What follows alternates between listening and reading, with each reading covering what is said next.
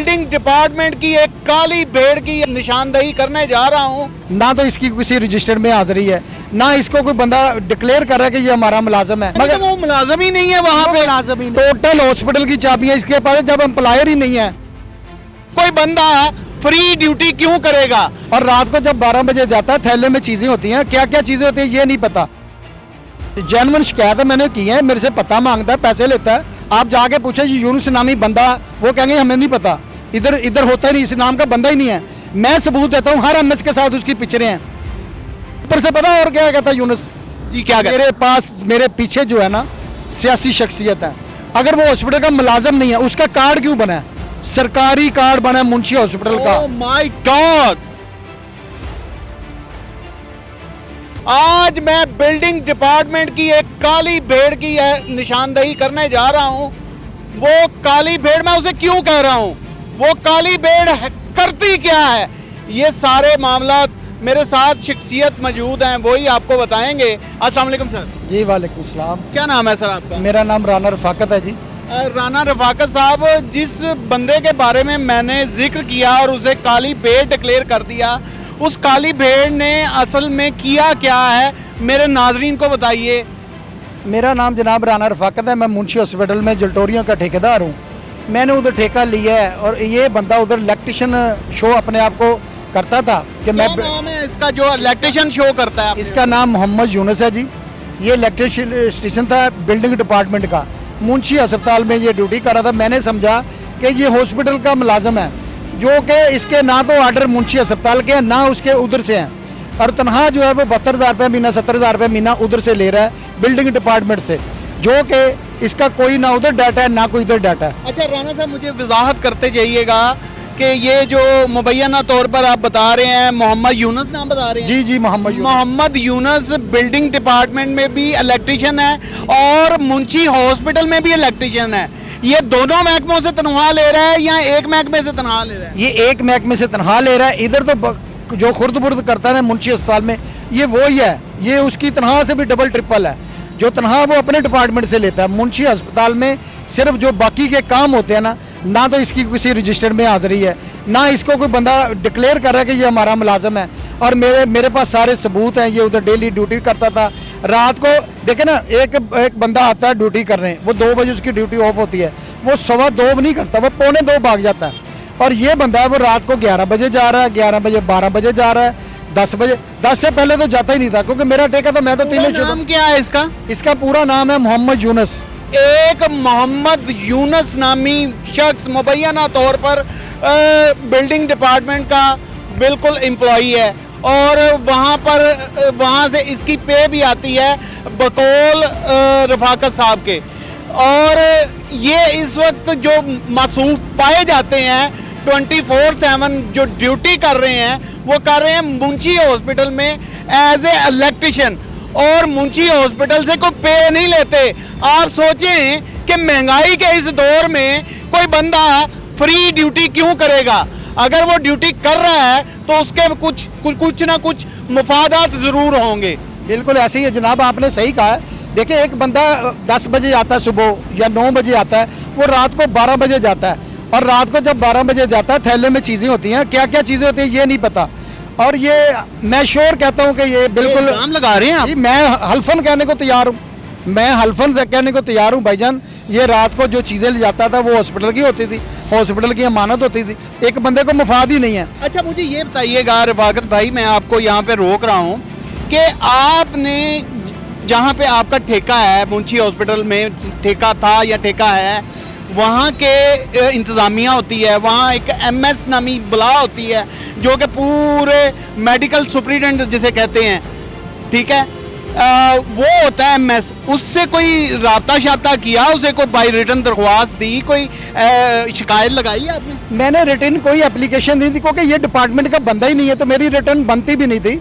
मैंने ज़बानी उस सर को कहा भी है कि सर ये बंदा फेक है और बिल्कुल मेरे काम में मुदाखलत करता है। इधर पहले डॉक्टर होते थे अख्तर साहब, उन्होंने MS थे, काफ़ी उन्होंने डांटा। इसे डांटने के बाद उन्होंने पूछा कि तुम्हारा क्या मामला है उसको सिक्योरिटी के काम में और जलटोरिया के काम में, आज के बाद तुम्हारी कोई शिकायत है तो मैंने तुम्हें छोड़ना नहीं है। ये बिल्कुल रुक गया। वो ट्रांसफ़र हो गए। उसके बाद अंजुम रशीद साहब आ गए, उन्होंने भी काफ़ी इनको ब्रेक रखा। अब नए एमएस साहब आए हैं, क्या नाम है उनका? राना खुरम साहब उनका नाम है जी। उन्होंने इनको ना कभी रोका है, ना कुछ, ना मैंने उन्हें कहा भाई रिटर्न नहीं कहा। ज़बानी तो मैं कहता रहता हूँ कि सारी इसकी ये प्रॉब्लम है, इसकी ये प्रॉब्लम। मुझे नहीं पता उनकी क्या मजबूरी है, क्या रीज़न है कि क्यों उसको कुछ भी नहीं कहा। एंड में जो फिर ये सारा, आप जो हुरम साहब बता रहे हैं, क्या नाम बता रहे जी राना खुरम साहब, हैं? राना हुरम एमएस मुंशी हॉस्पिटल है कि आप उसे फ्रंटमैन डिक्लेयर करना चाह रहे हैं? मैं उनको, वो तो नए हैं ना, मैं नहीं उनको कह सकता। मैंने ज़बानी उनको कहा है, रिटर्न में कुछ नहीं कहा। मगर वो मुलाजम ही नहीं है वहाँ पे। मुलाजिम ही नहीं अच्छा, आपको कैसे पता चलता है कि वो बिल्डिंग डिपार्टमेंट का मुलाजिम है? सर मैं भी देखो ना, जब मुझे वो तंग करता था तो मैंने भी उसका सारा डाटा लिया, मैंने उसकी सैलरी स्लिप लगाई। मैं 2 माह से इस काम में लगा हूं, उसका कोई उसके पास कागज़ ही नहीं है, ना तो मुंशी हॉस्पिटल में। मैंने सर को भी जाके बताया इसका कोई इसके पास कागज़ ही नहीं है। और जन में डॉक्टर साहब ने भी देखा उसके पास कोई कागज़ नहीं था। उसके डिपार्टमेंट जब मैं गया नदीम, फिर भी एमएस उसे ये नहीं कहते कि तुम घर चले जाओ और बिल्डिंग डिपार्टमेंट में आपने कोई शिकायत दर्ज करवाई? वो हो सकता है कि मेरी फेवर में कुछ उसको करना भी चाहते, मजबूर हो, वो नहीं कर सके। फिर मैं बिल्डिंग डिपार्टमेंट में गया हूँ सर। उधर नदीम साहब बंदे थे, अकाउंटेंट जो है, उन्होंने पहले तो इनकार किया, फिर बाद में मान भी गए कि यार ये बंदा तो हमारा है, मगर हमें ये नहीं पता कहाँ होता है। मैंने कहा मैं बताता हूँ कहाँ होता है, ये मुंशी हॉस्पिटल में होता है। 22 साल से मैंगो को चूप रहे हो। 22 साल से मुंशी हॉस्पिटल बैठा हुआ है, बिल्डिंग डिपार्टमेंट भी खत्म हो गया। और जो जिस डिपार्टमेंट का ये बंदा है वो पुलिस के बिल्डिंगों को डील करता है, वो तो अस्पताल की बिल्डिंग को डिलीट ही नहीं करता, डील ही नहीं कुछ करता। देर के बाद फिर वो माना। मुझे नहीं पता कौन माना है? नदीम साहब जो है अकाउंटेंट, वो माने। अकाउंटेंट बिल्डिंग मटेरियल डिपार्टमेंट का, बिल्डिंग डिपार्टमेंट वाले, बिल्डिंग डिपार्टमेंट वाला। अच्छा, उसके बाद उसके जो एक्सीडेंट थे वो गए थे उम्रे पे, रफाकत साहब गए थे अभी। रफाकत साहब उनका नाम है, आगे हुए हैं। अच्छा, मुझे नहीं पता कि अभी आए हैं थोड़े जी, मुझे नहीं पता कि साफी कौन दोस्त गए हैं भाई, उनके पास कोई बिल्डिंग साफी गए हैं, फिर उनको थोड़ी सी थरथली मची है बिल्डिंग डिपार्टमेंट में। Building department. नदीम का मुझे फोन है कि यार मेरे पीछे ना कोई साफी आए हैं। मैंने कहा भाई मुझे नहीं पता कौन साफी है, मगर जो बनता है ना यूनुस को अपने पास बुलाएं। कहता है राणा साहब करोड़ों रुपया इसकी तरफ निकलेगा, यूनुस की तरफ लाखों नहीं करोड़ों निकलेंगे।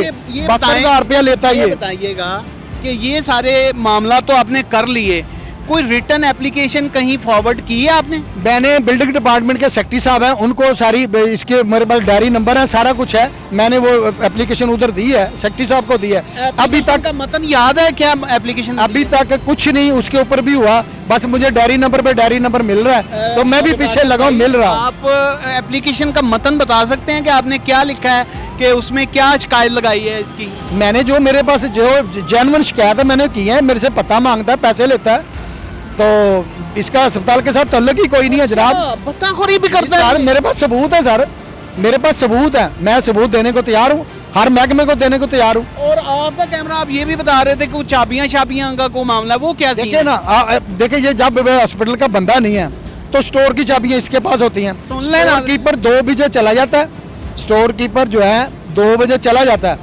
बाजवा साहब, जफर बाजवा उनका नाम है, वो चला जाता है, ये स्टोर में बैठ जाता है, ये रात को 12 बजे जाता है।